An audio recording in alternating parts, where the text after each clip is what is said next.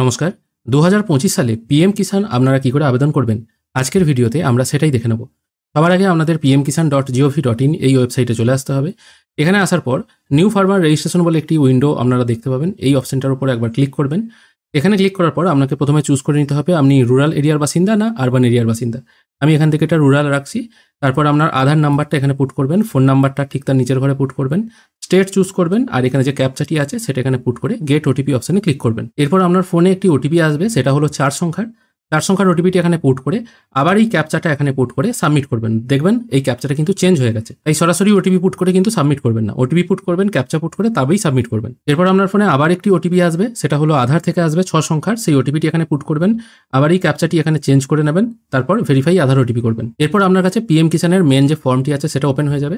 এখানে state by default choose হয়ে থাকবে, তারপর আপনার ডিস্ট্রিক্ট, সাব ডিস্ট্রিক্ট, ব্লক আর ভিলেজটা এখান থেকে চুজ করে নেবেন। আপনার নাম জেন্ডার অটোমেটিক আধার থেকে ফ্যাচ হয়ে চলে আসবে। এখান থেকে ক্যাটাগরি চুজ করে নেবেন, আপনি জেনারেল, এসসি না এসটি।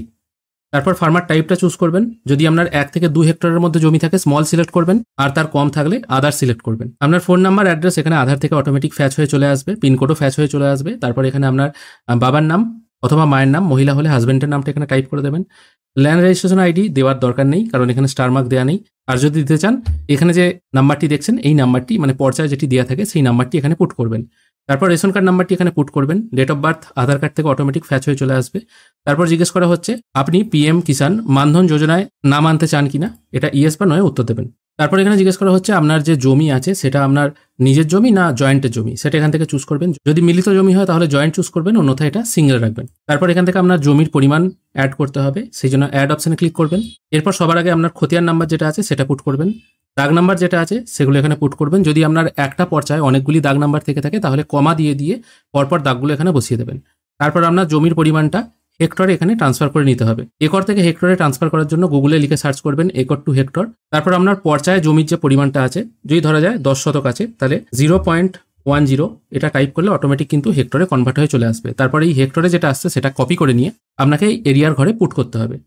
তারপর জিজ্ঞেস করা হচ্ছে আপনার যে ল্যান্ড ট্রান্সফার মানে ভূমি ট্রান্সফার সেটা কবে হয়েছিল, 1-2-2019 আগে না পরে, সেটা এখান থেকে আপনাকে চুজ করতে হবে। আর আপনারা প্রত্যেকেই জানেন এখনো পর্যন্ত সমস্ত জায়গায় কিন্তু 2019 ফেব্রুয়ারির আগে যদি আপনার নামে জমি রেকর্ড হয়ে থাকে তবেই কিন্তু পিএম কিষাণ অ্যাকসেপ্ট হচ্ছে, অন্যথায় কিন্তু পিএম কিষাণ অ্যাকসেপ্ট হচ্ছে না।